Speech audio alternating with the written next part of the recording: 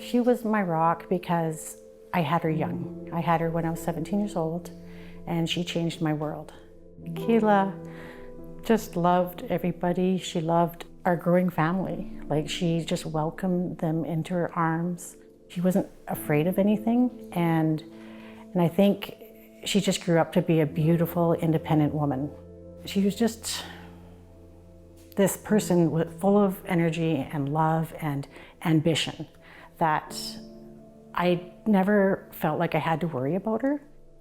However, on May 24th of 2018, a police officer showed up, and at first he told me, he said, Kayla Lynn Martini, your daughter has passed away. I said, no. I said, you got the wrong family, you have the wrong house, you have the wrong daughter. My daughter is not dead. And he said, no, your daughter has passed, and she has fallen 26 stories. And from there, I went into shock. It's life-changing. Like, you know, when you lose a certain person that is so meaningful, so much to you, it's incredibly hard, and it was shocking. I don't want to lose her memory. I don't want people to not know her or believe that because she passed, she should be forgotten.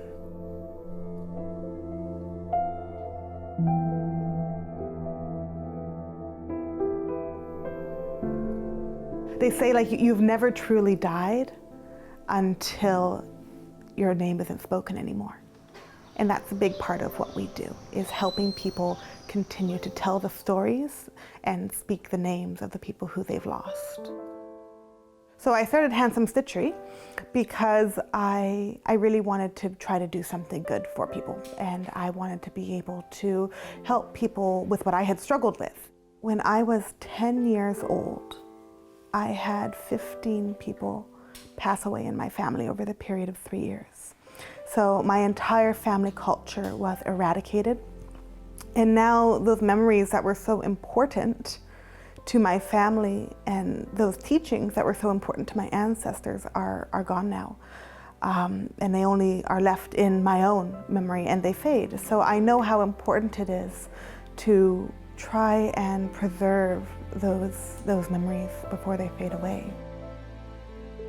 We take those clothes from a loved one who has passed away, and we we recreate them into something which can be shared and cherished by families.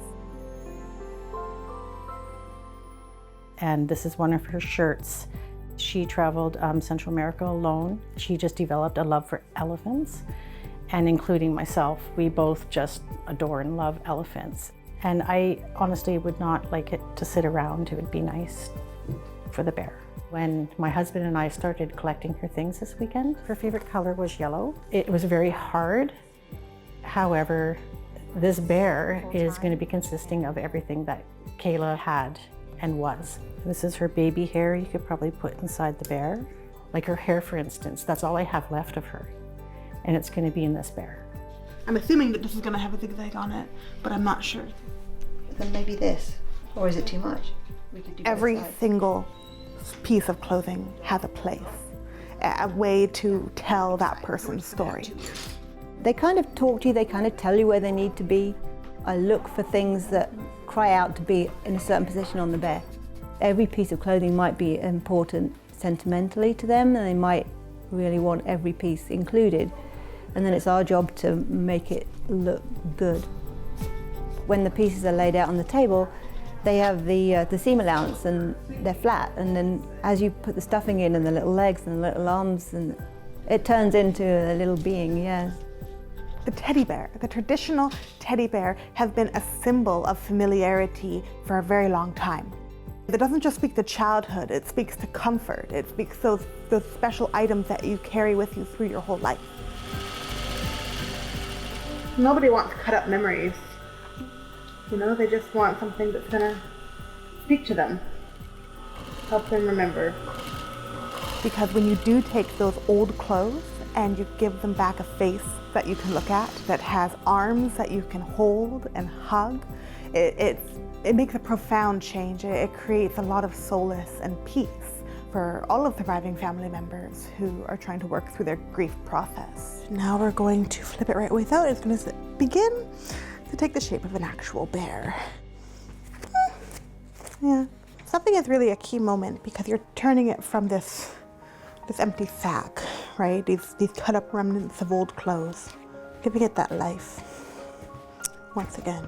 Just as the step of stuffing the bear is really important, we're making sure that she's preserved as a part of that. And it's the step where we have to remember to really honor her. You know, from here on out, this bear is going to be her, in a way. You know, this is going permanently inside the bear. Nobody's ever going to see this, but there has to be a level of honor and care taken all the same. That's the magic. It's that moment when we realize we've taken this thing that was on its way to being forgotten, and we've given it back that life. We've put on the eyes, and we can see again that this person is with us, embodied in that bear. I feel she is everywhere, and if she isn't, I definitely bring her back to light in everything that I do. I will never, ever stop remembering Kayla. So this bear, it probably is going to be the best thing, because that's all I have left, and it's been put into this bear. It's beautiful. It's beautiful. I am beyond grateful. I love you to the moon and back, Mama. Thank you so much. I'm just a very sentimental person, and just knowing that Kayla's ashes and her baby hair and everything is in this bear, it's just beautiful. Thank you so much. I appreciate it. For me, at the end of every day, I can look in the mirror and I can say, you may not have saved the world, but you've made a difference in somebody's life. So I'm very grateful for the opportunity to be able to do this sort of work and to continue to do this sort of work, because it's work that's filled with reverence for our own mortality, if that makes sense. And so I'm really grateful to be able to do that and to be a part of their stories and to be able to be that light in their dark time.